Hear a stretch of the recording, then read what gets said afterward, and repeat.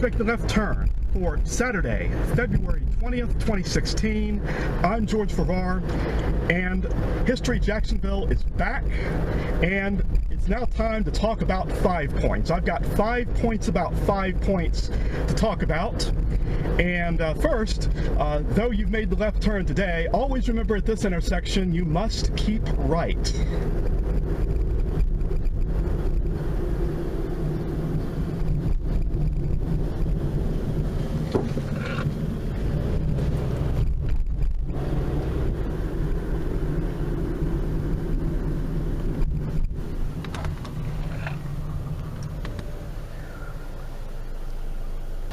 I have 5 points to make about 5 points. Point number 1. 5 points here, as we know it, started out as a residential area. But in the 1920s, as a result of a lot of development going on, the Florida land boom, it changed over to being used for commercial purposes. It began to change, and you're going to see those changes in just a moment. Point number 2.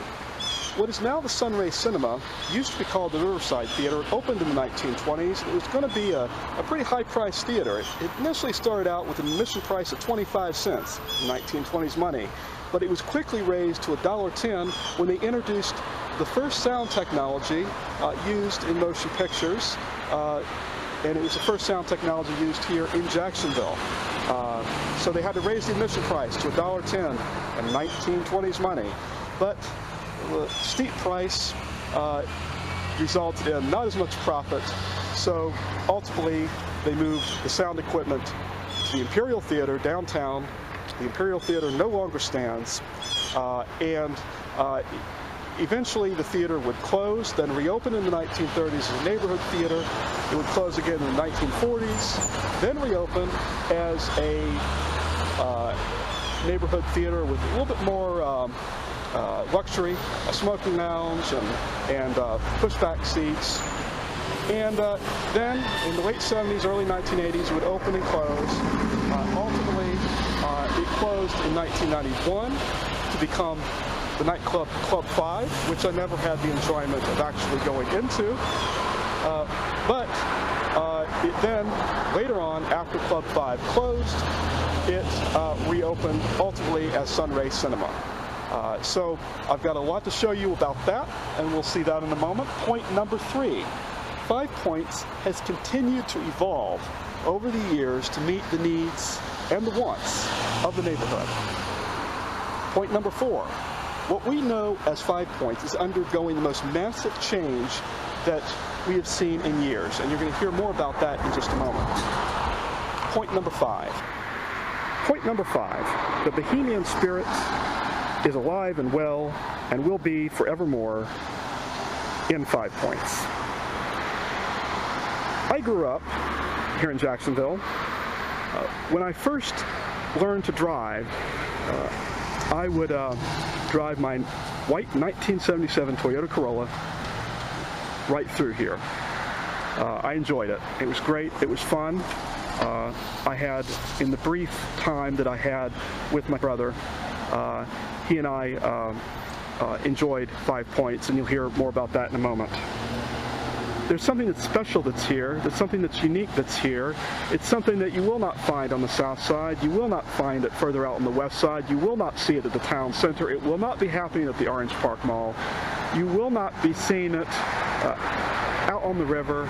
It's something different. It's something special, and it is my hope that in the upcoming years, the changes in development will enhance the ability, the creativity of people to enjoy this beautiful neighborhood, to celebrate, to party, to shop, to talk, to dream, and to possibly make this city even more special.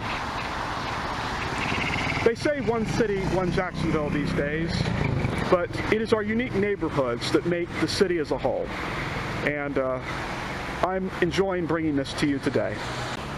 Now is that special time on every episode of History Jacksonville where I just say it. It's time to bring you some great pictures and film from yesterday and today it's time to say, let's roll it. What you see right now, of course, is Derby on Park, a restaurant right here at the 5 Points intersection. But in Easter 1953, it was a Texaco gas station. And the Fans and Stoves Antique Mall, it was Lovett's Grocery.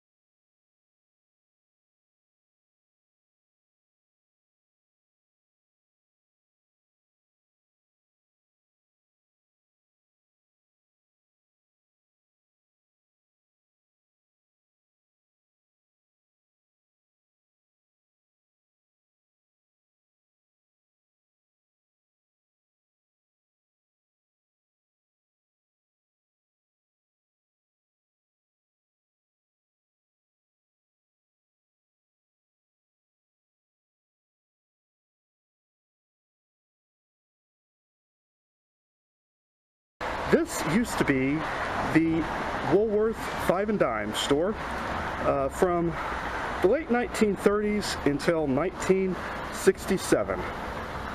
Later on, it would still be a Five and Dime under different names: Economy Five and Dime, Peterson's Five and Dime. I knew this building as the Fuel Coffee House.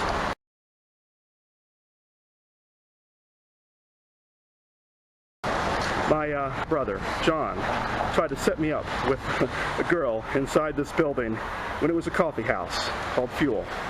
And she wasn't having any of it. It's in the process now of changing.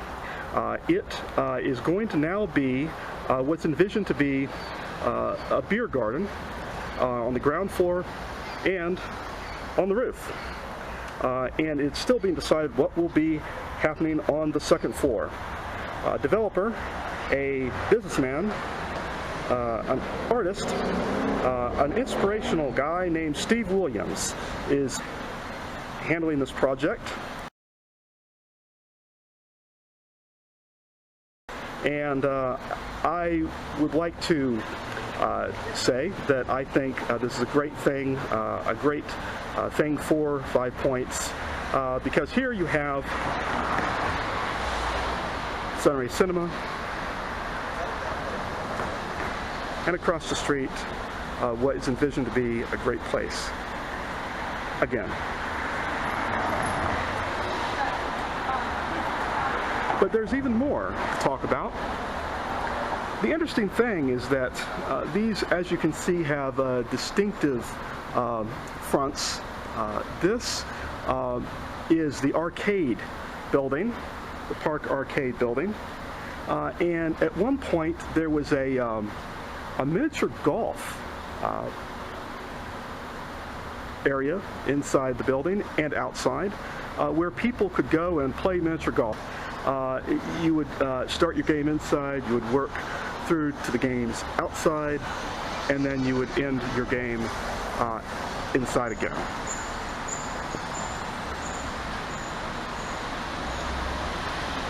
Now, of course, we have all these different stores. There's a lot of change happening. Not that long ago, I had some time to kill here in 5 Points. I was waiting on a friend and didn't have a lot to do, so I came down here to the Fans and Stoves Antique Store.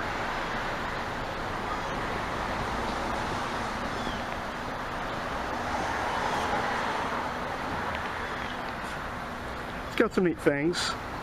Things will be changing though. Later this year, this store will be closing. We don't know yet what is going to happen here, but there's a lot of change happening. If there's one thing that's constant in 5 Points, it's change. So there's something really amazing going on here, and I'm glad to be able to bring it to you here on History Jacksonville.